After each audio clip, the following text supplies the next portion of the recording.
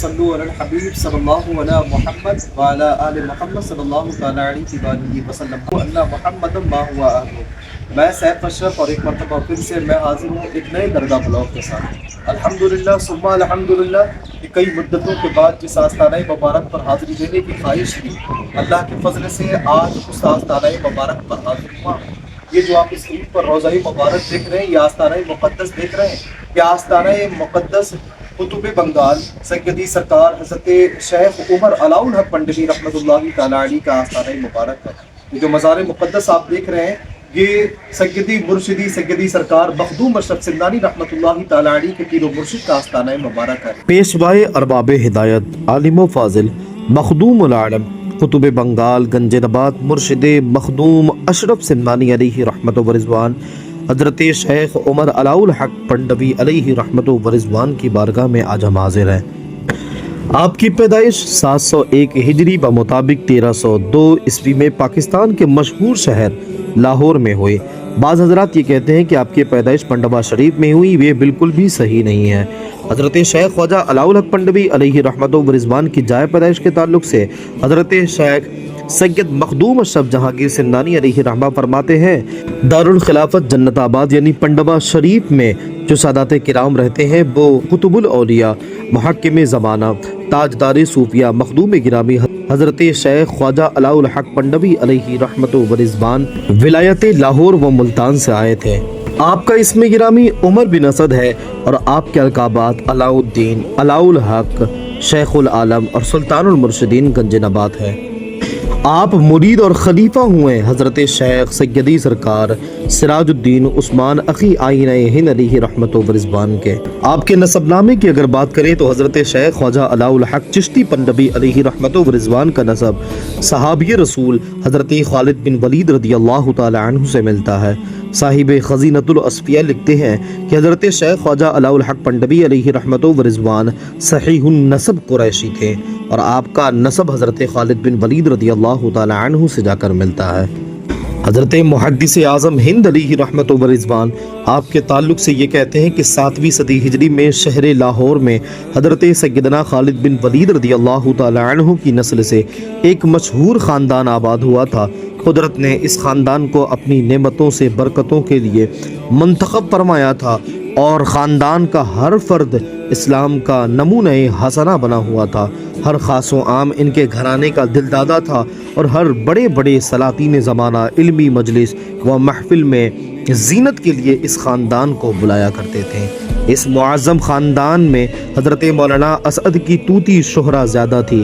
حضرت مولانا اسد یعنی علاؤ الحق پنڈوی علیہ رحمہ کا علمی توتی بولا کرتا تھا اور آپ کا علمی تباہر اور دینی بلندی اس قدر عروج پر پہنچ چکا تھا کہ لوگ ان کو علاؤ الحق والدین کہتے تھے اور آپ کے قدم بوسی کی آرزو شاہان زمانہ یعنی وقت کا بادشاہ بھی کیا کرتا تھا۔ حضرت خواجہ علاؤ الحق پنڈوی علیہ رحمہ کے خاندانی پس منظر کی اگر بات کریں تو آپ کے والد گرامی گوری سلطنت کے وزیر اعظم تھے اور آپ کے خاندانی بھائیوں میں کوئی وزیر تو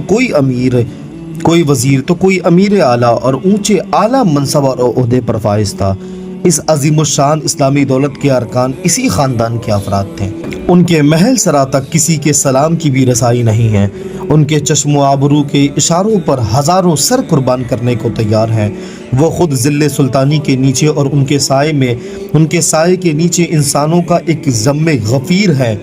وہ جس کے سلام کو قبول کر لیں اس کی 7 پشتیں اس پر ناز کرے، وہ جس کی بات سن لے 14 پشتیں اس کی فخر کرے، وہ جس راستے پر نکلے وہاں کے لوگ آنکھوں کو فرش بنا دیں، وہ جس گلی میں چلے وہاں کے لوگ اقرار اور اطاعت کے دامن بچھا دیں۔